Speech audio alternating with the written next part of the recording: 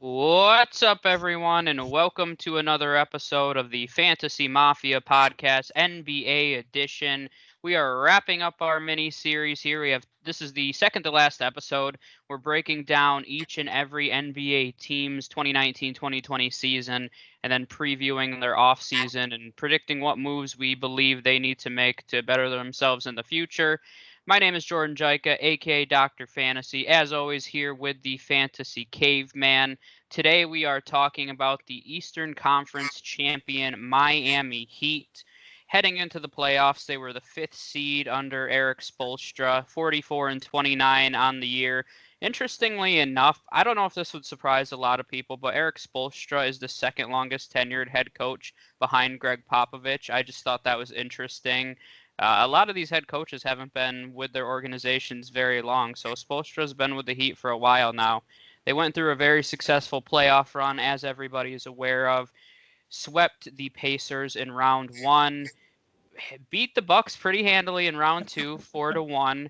Then the Eastern Conference Finals were pretty exciting with the Celtics 4-2, and then they ultimately lost in the NBA Finals to the Los Angeles Lakers in a 6-game series.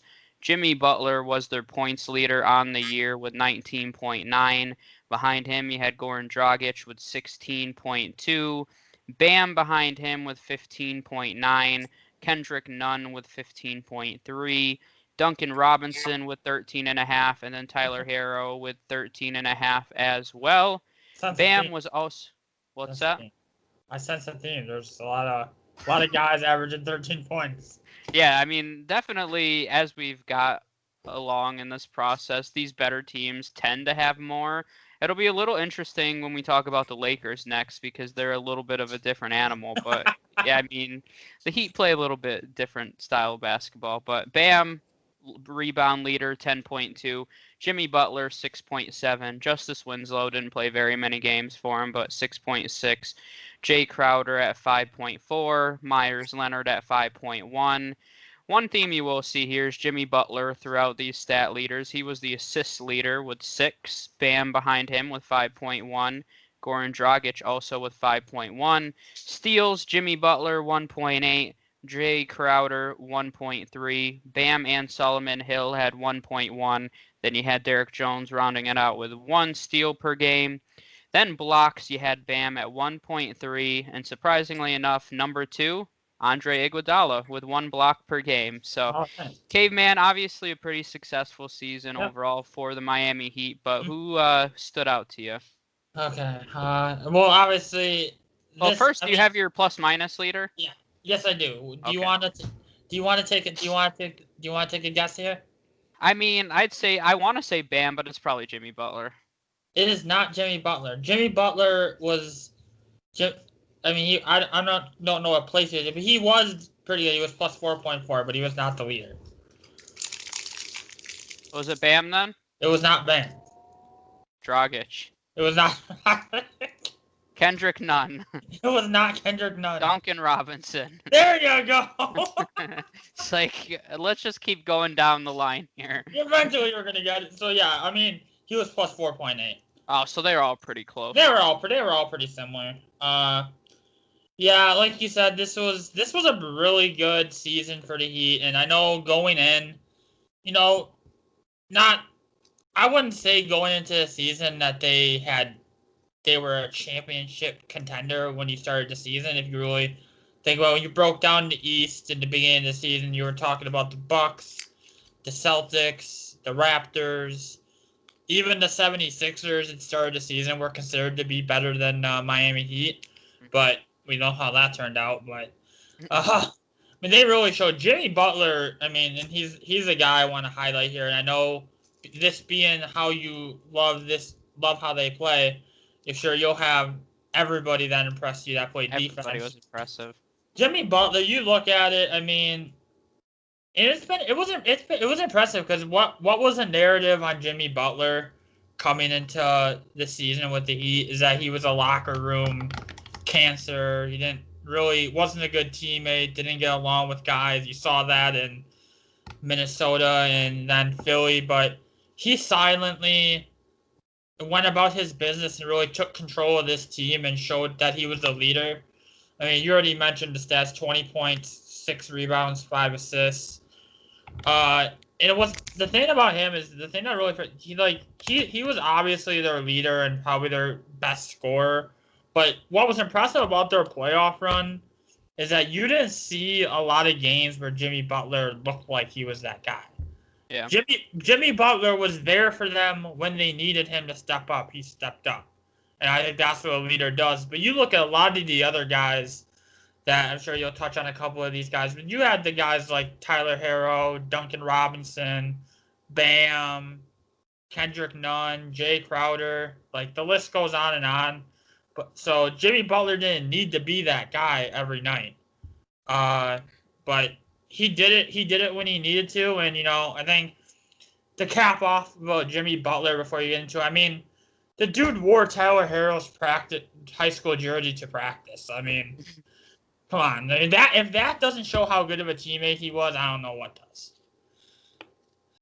Yeah, I mean, Jimmy Butler had a huge season. It was good to see a team that he was on have some success. I've always respected how Jimmy Butler plays. I'll mention 3 names, and I'll kind of try to mention them quickly. But first, I think you have to talk about Bam a little bit. Mm-hmm. I mean, Bam, only 23 years old still. But, I mean, he launched himself into all-star conversations for many years to come. I mean, he made the all-star team this year, but I think he's going to be in that conversation for years to come. And he kind of defines the modern big man. I mean, we see his ball handling skills, and he made a huge jump forward. I don't know if anyone coming into this season said, oh, Bam's going to make an all-star team. And actually, did he make the all-star team? I know he was a part of all-star weekend, but I'm not sure off the top of my head. I just assumed that he did because he was in the skills competition, but now that I'm thinking about it, I'm not 100% sure if Bam did make it. But either way, that's better than the All-Star game. Nobody cares about the actual All-Star game, but I mean, either way, I think that he made himself into an All-Star caliber player. I mean, I mentioned it. He, as their big man this season, led or was second in the team in assists, tied with Goran Dragic. He did make the All-Star team, so I wasn't crazy. I was just about to say that, yeah. But yeah, I mean, averaging 5.1 assists as the team center, that's all you need to know. I mean, this is a guy that's a great ball handler. He rebounds, he blocks shots, he kind of does everything. So he had a really successful season, and I think you definitely have to mention what he did this year. Another guy that I'll mention is Kendrick Nunn. I don't think he gets a lot of love on this team, but he turned 25 years old, but he technically was a rookie last season, and it kind of goes without. I mean, a lot of people don't talk about this, but he was actually second Rookie of the Year voting. We were all so concentrated on Ja and Zion that nobody was really talking about the season that Kendrick Nunn had. Yep. And I think his emergence is one of the reasons why they can feel a little more comfortable moving on from Dragic if they're not able to sign him to a big deal. Because Kendrick Nunn can step in and take a lot of those minutes, and you would assume that he's only going to improve over the next few seasons. So Kendrick Nunn, I think, is another guy who had a nice season. Then I have to mention my boy Tyler Herro. Yep. By the way, I hear people say his name 20 different ways. Some people say Tyler Hero, some say Harrow. I have no idea, if you want to be honest about it. During the NBA Finals, they were saying Tyler Hero, so I guess I'll go with Hero at this point. Sounds cooler. Yeah, it does. He's a hero. But he had a great NBA playoff run. He averaged 16 points a game throughout the playoffs. He's only 20 years old, going to be 21 when next season starts. So he's a guy that I always thought could develop into a superstar. But during the playoffs, he made a bigger jump than I was expecting him to. I thought it would take him maybe 2 to 3 years to launch himself into that conversation. But I wouldn't be surprised if he made the All-Star team next year. And then we started talking about him as a superstar in the next 2 to 3 years. So I love Tyler Hero. He had a great season. I'm looking forward to seeing how he develops over the next few years. So those were the few that I want to run through. Obviously, we'll talk about more guys like Duncan Robinson as we move along because he had a great season as well. But let's look at what their depth chart looked like last season. At the 1, you have Goran Dragic, who we'll mention more in a minute. Behind him, you had Kendrick Nunn. At the 2, you had Duncan Robinson, Tyler Hero, Andre Iguodala played a little bit there. At the 3, Jimmy Butler, Andre Iguodala, Derek Jones, Solomon Hill. At the 4, Jay Crowder, Derek Jones, Myers Leonard. And then at the 5, you had Bam, Kelly Olynyk, Myers Leonard. Pretty much everybody of note there. So this was really a team, and we mentioned Jimmy Butler having a big season, Bam having a great year, but this is a team that plays great team basketball. That's one of the reasons that I love them. They're a great mix of the modern NBA mixed with old school defensive principles. So that's one of the reasons I like watching them. They're just an interesting hybrid that you don't see from too many teams in today's NBA. I think you're going to see a lot more teams merge. You know, we talk about 3-D all the time, and this is a team that was kind of built on that foundation. So, I mean, they were one of the only teams. They were in the top 5 in three-pointers made, and then second in three-point percentage. I mean, when you look at the Rockets, obviously led the NBA in three-pointers made, but their efficiency wasn't very high. So the Heat do a good job of mixing volume with that efficiency. So if they keep up that kind of style of basketball, I'd expect them to have success. But let's look a little bit at their free agent class here. There's I think quite a bit to talk about here. Oh, yeah. So diving into their options first, Kelly Olynyk has a $12 million player option. That's pretty significant there. For the team options, you have Kendrick Nunn and Duncan Robinson, both at $1.6 million. I think most people would be surprised if the Heat didn't pick that up and probably extend both of those guys. They're 25, 26, right in their prime right now. And then you start to dive into the big names here that they have as unrestricted free agents. Well, not all of them, but just guys entering the free agent class. You have Goran Dragic at 34 years old, Solomon Hill, Myers Leonard, Jay Crowder. Technically, Giannis Haslam, who I didn't mention, was on their payroll. Derek Jones, and then you have two-way contracts, Kyle Alexander and Gabe Vincent, who I have to mention, or Caveman slaps me through Skype. So Yes. what do you think about this free agent class for them, and you think there's anybody they need to retain here? Yeah. But keynote with their free agents, they actually, on all of their unrestricted free agents, they have the bird rights on all of them.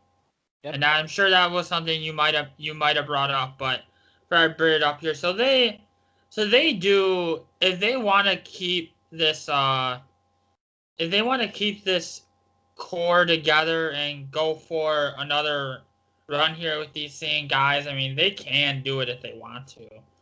I mean, looking forward to guys that they should resign. I mean, Derek Jones has been a hot name as kind of like a lower end athletic wing player. So I honestly don't see why the Heat wouldn't bring back Derek Jones. I think he showed that he's ready to take on a bit of a larger role this upcoming season. So I'm hoping they bring him back. I mean, Kelly Olynyk, that just I was kind of surprised when I saw that number. I was like, no duh, he's gonna pick up that option. That's the easiest decision anyone's ever made. Jay Crowder, I mean, and this is the interesting thing. Like, I see a lot of teams, one of their targets is Jay Crowder, and like Miami can re-sign him if they want to. They can go and re-sign all of these guys if they wanted to. They have the bird rights. Mm-hmm. But Dragic, I mean, to be honest, I think they can move on from Goran Dragic. I think they have some decent. Kendrick Nunn can be ready to take that role. I mean, they got a bunch of guys that they can use to kind of replace Dragic. I mean, he's 34 now. Despite his incredible playoff run, which I don't think anybody saw that playoff run coming out of Goran Dragic, but I mean, for me, like I'm trying to re-sign Derek Jones. I would like for them to re-sign Jay Crowder, but given this free agent class, and we mentioned how uninspiring it is, Jay Crowder's going to command a decent amount of money. So if I'm the Heat, just because they can re-sign him doesn't mean I necessarily would. So kind of take a wait and see approach if I were them with Jay Crowder to see how much he gets on the market. But definitely, I would keep Derek Jones. I would try to keep Jay Crowder. Myers Leonard is, you can find a bunch of guys like that with Bam locking to have the center position locked down. Who actually he was all defensive second team too. Bam. So you can find a bunch of guys, Myers level Leonard guys out there. So for me, Derek Jones, I would try to retain, and Jay Crowder, depending on his market, I would look to bring him back as well. Yeah, and they are in an interesting situation. As you mentioned, they're big five free agents. They all have the bird rights. So, I mean, they could sign everybody and try to make another run at it with what they have currently. I don't think that's the approach that they're going to take. But even if they pick up all of their options, which I would expect with Nunn and Duncan Robinson, and then Olynyk opts in, they are only at $82 million. And to officially go over the salary cap, I've talked about that $140 million number before. To be specific, it's $132 million. So that still gives them $50 million to spend. So, I mean, if they want to go out and sign some free agents plus bring these guys back because they have the bird rights, they have the flexibility to do so. But I think this is a team that's ready to win an NBA championship now.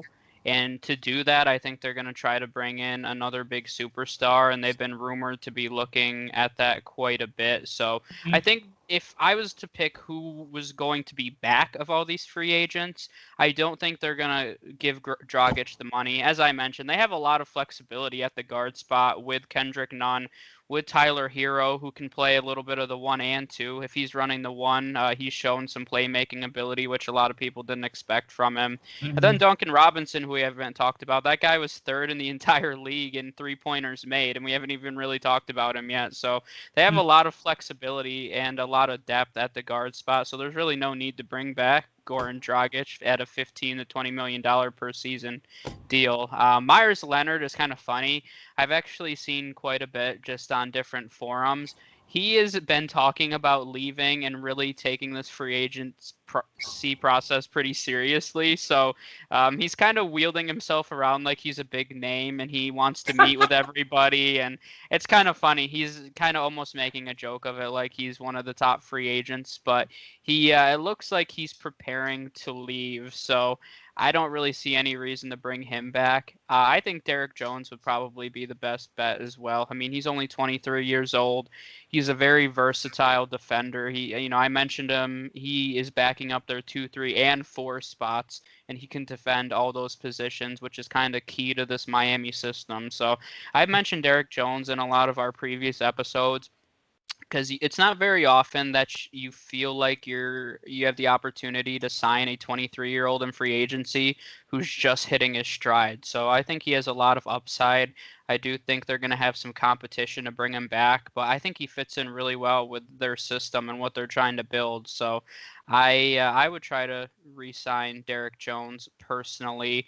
Jay Crowder, it kind of depends on what he commands on the market. It seems like everybody wants him. He reminds me a lot of Paul Millsap when I was thinking about it. When you think of that, just a veteran mindset, a tough guy who can make three-pointers, he defends, he rebounds, he just does everything well, and he's a gritty guy, and I think he's an important piece on a championship team. So I think there's a possibility he comes back to Miami, but I think the market's going to be too hot for him. No pun intended, even though when I just said that, hot market Miami Heat, but the one guy I've heard a lot is they've really liked what Solomon Hill did and limited time with them. So I've heard some rumors they want to bring Solomon Hill back. Wouldn't be surprised if you saw him just backing up the 3 and 4 spots for them. So besides that, even though there's some decent names, I don't think they're going to retain a lot of them. I think they're going to let a lot of them walk. And this kind of starts getting into their off-season needs, but I mean, it's going to be interesting to talk about. I don't know if you have any notes on some of these big names that they could go after, but I mean, this is a team that's really deep for their needs. I think number one, if Jay Crowder walks, you have to decide what you're doing at the power forward position. And I mentioned Derek Jones can defend that position, but I don't know if I'm necessarily ready to give him that starting 4 spot yet. And if Crowder and Myers Leonard walk, there's really a hole at the back up behind Bam and at the 4 spot. So I think they're going to have to address that.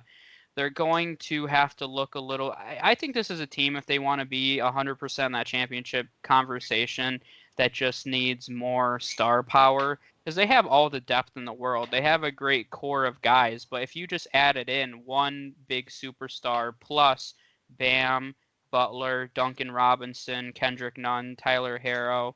I mean, I think this is a team that's ready to win a championship. So I think really all I had was figure out what you're doing at the 4 position and find an all-star. And you could do both. You could find an all-star that plays the 4 position, and that kind of covers both of those spots. But what do you think they need to go after this offseason? Okay, this is where it gets really interesting for me. Now, you mentioned their salary cap situation. Yes. They have a lot. I mean, for this offseason, they have a lot of flexibility and money to play with. And Pat Riley always has something up his sleeve. He's cooking of ways he could, get a guy to pair with Jimmy Butler. And I don't like saying this. I don't want him to leave, but read into it what you will, but they've really been heavily linked to Giannis.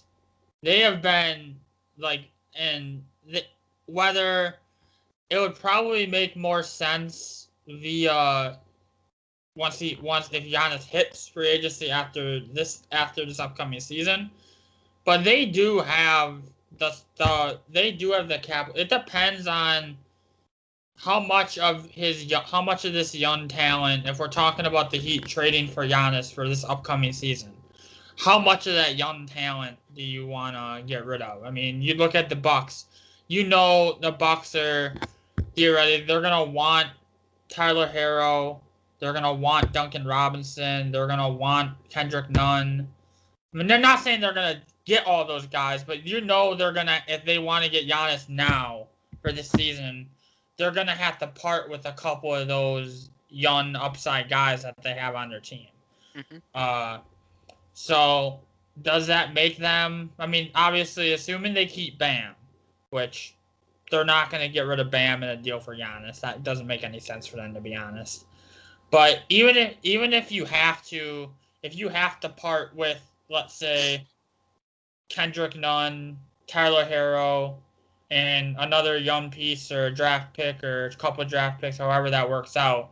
But you still go into next season with the combination of Jimmy Butler, Bam, and Giannis. I mean, we saw how the Lakers won the championship. They had 2 superstars. And their role players did their job, but here the role players weren't overly impressive. So you put Giannis with Jimmy Butler and Bam. I mean, that does wonders. That does wonders for their NBA title chances. So I mean, it's a long shot for this season. I think what's most likely to happen is Giannis at least plays out this final season that he has in Milwaukee, and then we'll see how they go forward. But they have the capital if they wanted to, and Pat Riley is always up to stuff and something. So, but other than that, like for me, like we talk about team chemistry and wanting to keeping the band together. And it might not be more true than in the case of the Miami Heat. I mean, I think if you're them, you want to keep as many of these guys together as possible. So, I mean, long term, you're gonna wanna find some. If they don't re-sign Derrick Jones, they don't bring back Jay Crowder, they're gonna have a hole on the wing, a little bit of hole at the 3-4 spot. But other than that, like if I was them, what I'm doing is I'm bringing back probably, and this is gonna sound like I'm singling him out, but I would honestly bring back everybody but Dragic. I mean, not. It sounds like I'm just like saying he's like no good and they shouldn't want him, but I don't think like for the makeup of this team, like everybody's like on the younger side, or everybody like in their primes or just hitting their primes, and then there's Goran Dragic's 34-year-old self, just chill, just being like the cool, like the cool uncle or something like that. I don't know. I don't know. Uncle Goran. Uncle Goran, but yeah, for me, like if I were them, I would just try to retain as many of their guys as possible, unless you can package those younger guys in a deal to get somebody like Giannis or something like that. Yeah, and I think it's an interesting offseason. I think they need to be a little patient if they want to get Giannis, because it's possible if they go this year without Giannis and wait to sign him the year after, they could have Kendrick Nunn, Duncan Robinson, Tyler Hero, Jimmy Butler, Derek Jones, Bam, Giannis, Jay Crowder. I mean, they could have this entire core together plus Giannis if they're The patient. the downside there is, if Giannis hits free agency, and if I was a betting man, I still would bet on him staying with Milwaukee at this point. Still, if I was forced to bet right now, I would probably bet on him staying in Milwaukee, but I'm not feeling that great about it. But the issue with that situation is, if Giannis doesn't indeed hit free agency, there's going to be 29 other teams wanting him and finding a way to bring him on. Try to find a way to bring him on. That's good. That would get crazy. Like, if I don't Giannis, think Pat Riley's worried about that. He's recruited arguably the greatest player to ever play in the NBA to come to Miami. He has all the ability in the world to. I don't think he will even look at it as a competition. I mean, you get to come to Miami. You don't pay taxes in Florida. You can live in the sun. You can win a championship. I mean, what's not to love about Miami? So I don't think Pat Riley's concerned about competing with everybody else. And he has a championship caliber team. I mean, he can pitch to him. We just went to the NBA Finals and beat you, and we almost. I mean, that's literally. So you're saying this is a Kevin Durant situation? Yeah, if you can't beat him, join him. I mean, so this is what I think the Heat should do.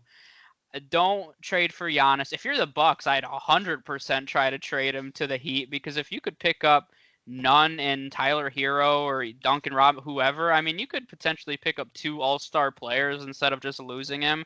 I mean, this is a perfect scenario for the Bucks, so I would try to push Miami to trade for him, but that's a different conversation. But I think that they should trade for LaMarcus Aldridge this offseason. LaMarcus Aldridge fills in that 4 spot immediately. He's only got 1 year left on his deal, so that money's going to come off the books next offseason. You're still a championship contender this year with LaMarcus Aldridge and that core that you have. Your team got better by getting LaMarcus Aldridge too, so it's not like they couldn't win a championship with LaMarcus Aldridge. They almost just did it without him. So if you add a piece like that, they would still be a competitive championship contender, and then you can go out, get Giannis the next offseason with your core. And they have every ability in the world to do that, because you're not going to have Kelly Olynyk's $12 million on the book. You won't have LaMarcus Aldridge. What is he making? $26 million, I think, this year, something like that. Andre Iguodala is another year closer. He's making $15 million. He's their second highest player, by the way, right now in terms of salary. $15 million for this year and the year after for Andre Iguodala. So there's a potential out after this season. But, I mean, they're going to have all that money off the book. They'll have their money to extend Tyler Hero, Kendrick Nunn, Giannis. I mean, they can retain a good chunk of this core and be ready to win a championship. So one of my priorities would be going after LaMarcus Aldridge. I think he makes a lot of sense for the way that this team is built. He's a big guy that likes to play on the outside a little more and shoot the 3. So I think LaMarcus Aldridge makes a lot of sense. There's been other superstars. I won't say superstars, star players that have been rumored to go there. A lot of people talked about Chris Paul. I don't think that makes any sense. I don't see that happening. The other one that I've seen quite a bit is Victor Oladipo. Victor Oladipo has said himself that he wants to play in Miami, but based on what a lot of NBA insiders are saying, that the feeling's not mutual, and that they don't want him. I mean, they wouldn't mind having him. Like, they'll take Victor Oladipo, but they don't want to overpay to trade for him or sign him to this huge deal. So I don't know if that's a marriage that's ever going to happen, as much as he wants to play there. But that's been another rumored name. Other guys in free agency, I don't, even though they have all this cap space, oddly enough, I don't expect them to do much with it. I think that they're going to hold out a little bit, maybe sign some guys to short-term deals so they still have cap flexibility heading into next offseason. I would potentially look at, I mentioned the options of Duncan Robinson and Kendrick Nunn. I'd probably try to sign them to long-term deals right now instead of paying them $1.6 million. If you want them to be a part of your long-term organization here. So I'd maybe sign them to an extension, get LaMarcus Aldridge, sign a few smaller pieces, a few names I had down. Nerlens Noel, Harry Giles, they've been targeted too if they want some big man depth. A name that I've heard from Shams a few times is Marc Gasol wants to go to Miami. I don't think that's a terrible fit to back up Bam there. It's been reported that Wesley Matthews really wants to, or the Heat really want Wesley Matthews, and I think that's a veteran guy that makes a lot of sense. Then if you're looking at cheaper options for the 4, you have Paul Millsap as well, who I mentioned. I mean, if you're replacing Jay Crowder, I just said he's a younger Paul Millsap, so I mean, I think that would be a logical fit. If they want to spend a lot of money, like I said, maybe they have a feeling we're not going to be able to get Giannis, so we're going to have to move on and try something else. I think Montrezl Harrell would make a lot of sense. Oh, yeah. He's a gritty guy. I feel like him and Jimmy Butler would be best friends for some reason. They just play a very similar high-energy style of basketball. I mentioned they need a 4. I think he would make a lot of sense if they want to sign him to a big contract. And then I'll mention lastly, and then let you talk a little bit, they do have the 20th overall pick. I mean, they have a lot of flexibility as to what to do there. Jaden McDaniels is a guy I've seen going there quite a bit. He could play the 4 for him and provide some depth. Precious Achiuwa, I don't know if he'll make it to 20th overall. Once again, a very versatile big guy that I think would make a lot of sense. Sadiq Bey is exactly the kind of player they've been developing. So if they're looking for some depth behind Jimmy Butler, you could look that way.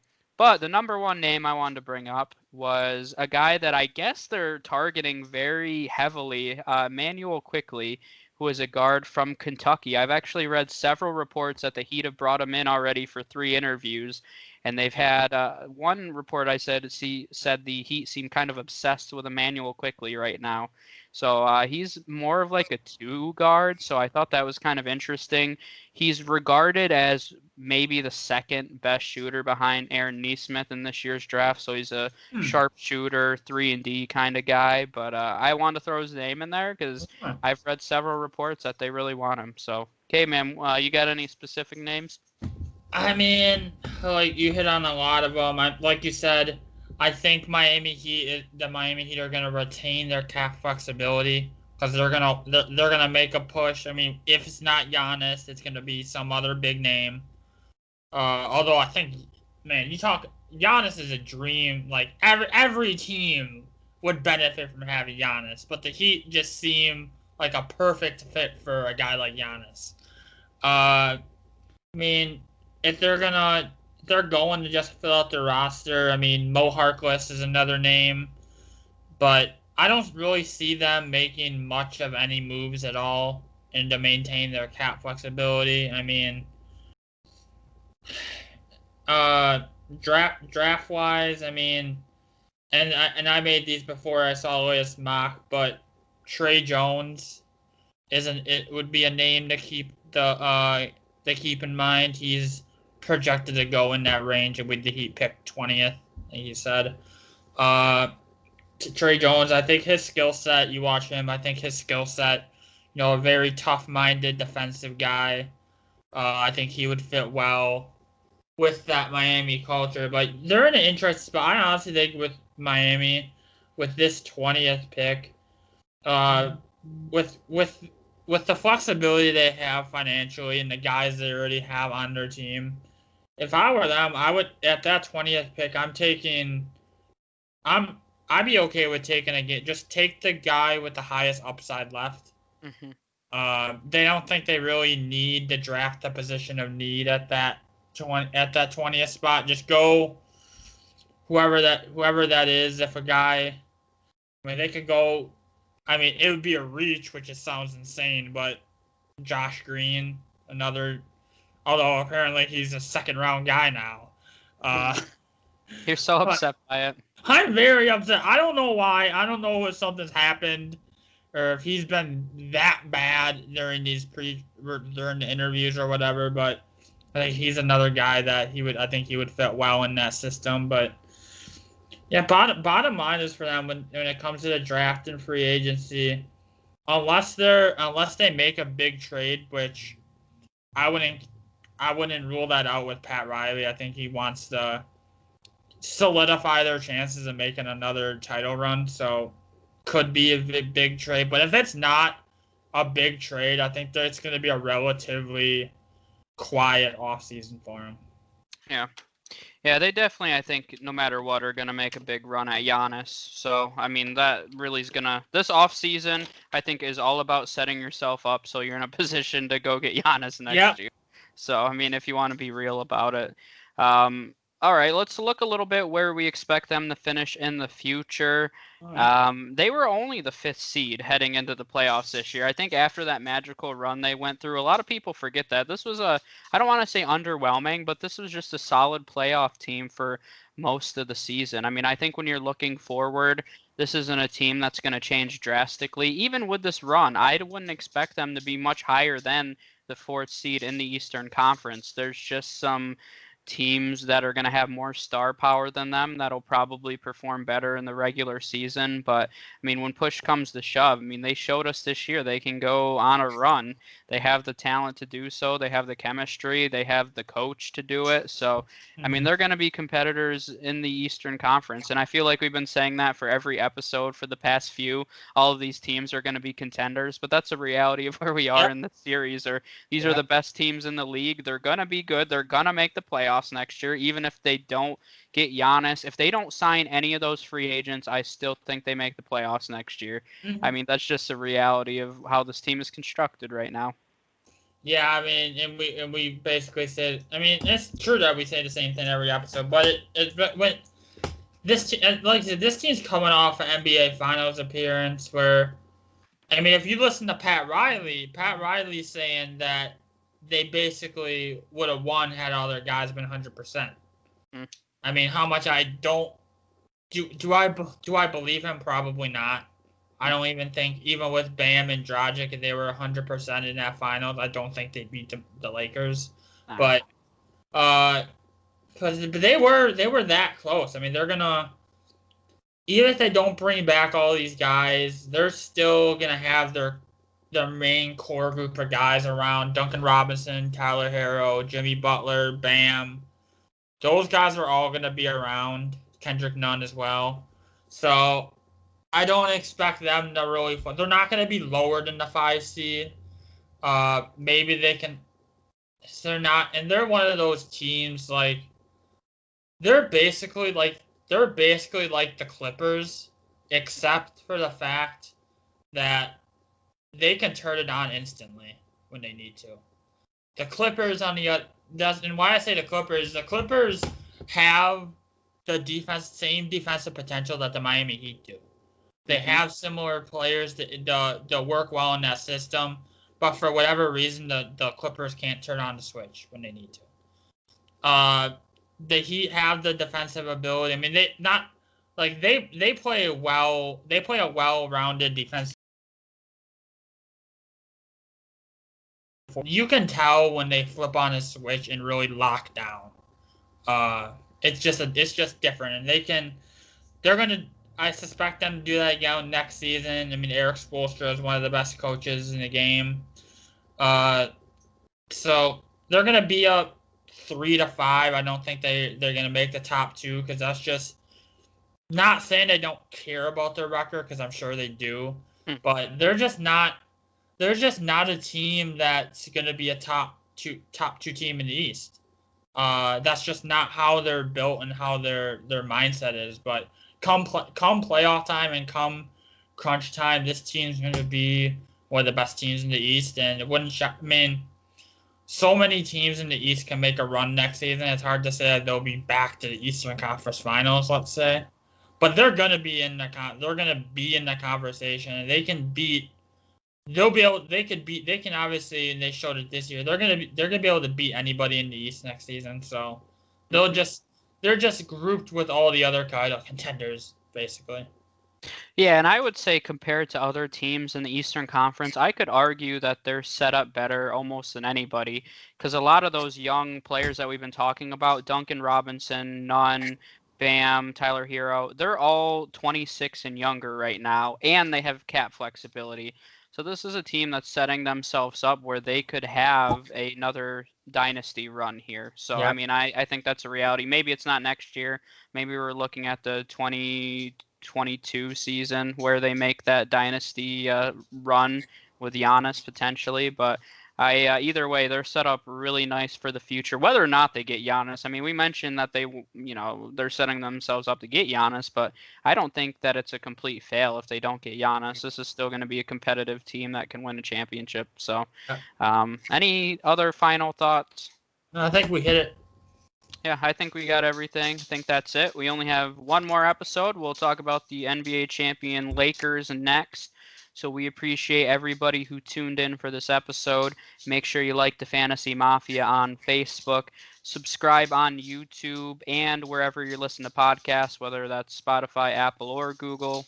And then make sure you join our group on Facebook, the Fantasy Hotspot. Lots of conversation going on there. We've been running some contests as well. So make sure you check that out. Join that group. Talk all things sports with your fellow sports fans. So appreciate the support, and we will see you guys for the last episode, the Lakers. Yep.